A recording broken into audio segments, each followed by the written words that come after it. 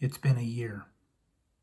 About this time last March, most congregations recognized that our most faithful and loving witness was to stop gathering in person. In the space of a few days, our ministries completely changed, even as so many other things in our lives changed dramatically. It's been a year of adaptation and of sacrifice. It's been a year of physical distancing, masks, cleaning protocols, and self-quarantine. It's been a year of tests and waiting for tests, and then waiting for vaccines, and then waiting for the opportunity to be vaccinated. It's been a year of isolation and of loss, when too many things have been postponed indefinitely or simply canceled. It's been a year of missed celebrations. Weddings, birthdays, baptisms, ordinations, and retirements have been delayed or just quietly marked in private. And it's been a year where we have not been able to easily support those who are ill or to gather in shared grief at someone's passing. We give thanks for the ways we have been able to connect, for telephone calls and cards, for Zoom dinners with extended family and friends, for online worship services and virtual coffee hours.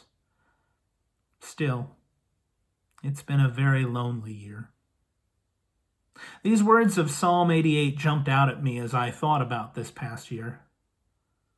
I am shut in so that I cannot escape. My eye grows dim through sorrow.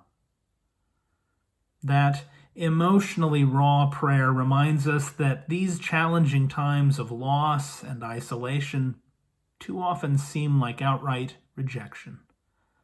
For many, and maybe even for you, this past year has seemed full of rejection by so many people.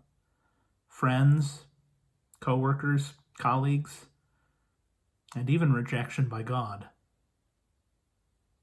It's been a year of such heart-wrenching emotions. It's been a year of waiting to get back to normal.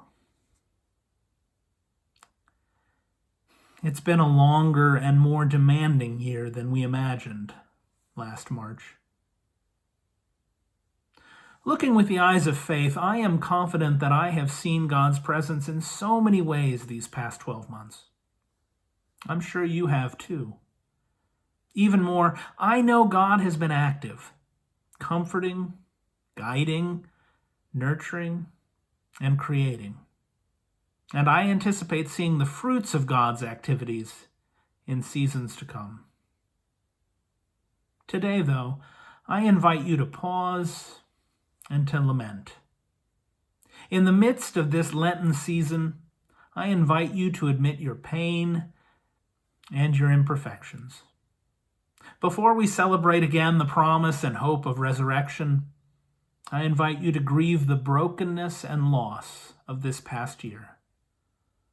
Let us offer our prayers to God, asking God to incline an ear to our cries. It's been a year. It's been a year.